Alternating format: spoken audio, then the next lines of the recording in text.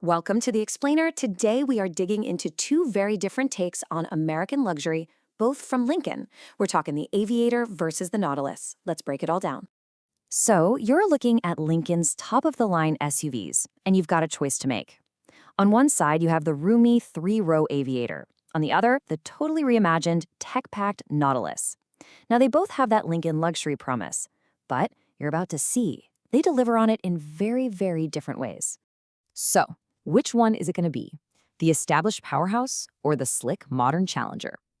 We're about to put these two amazing SUVs head-to-head, comparing everything from what's under the hood to the final sticker price, all to help you figure out which one really belongs in your garage.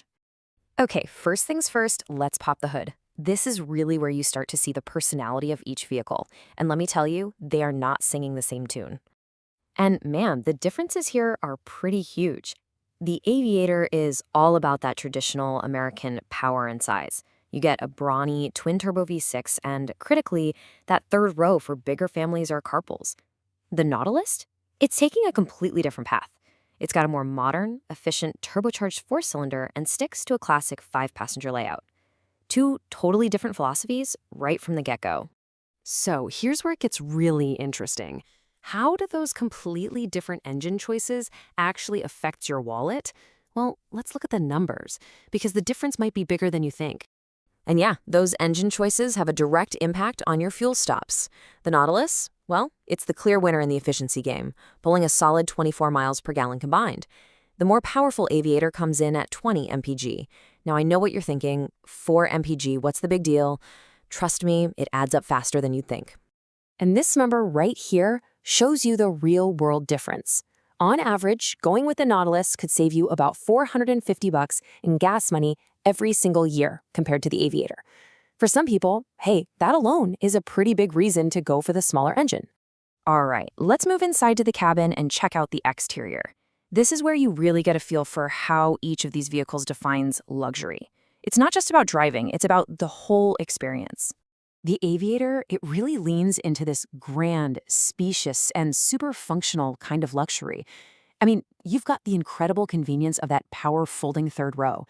And that huge panoramic roof, it just bathes the whole interior in natural light. The tech is solid and feels classic. Big, clear screens, a handy head-up display. It all comes together to create this really commanding, really comfortable space. But the Nautilus, wow, it's less of a car and more of a tech showcase. Your eyes are immediately drawn to that jaw-dropping 48-inch panoramic display that just stretches from one side of the dash to the other. It's an absolute showstopper. Then you add in 4 years of the Blue Cruise hands-free driving system, that killer Revel audio system, and those massive 22-inch wheels. This thing feels like it drove right out of the future. Of course, all this power, all this space, and especially all this tech, it all has a price.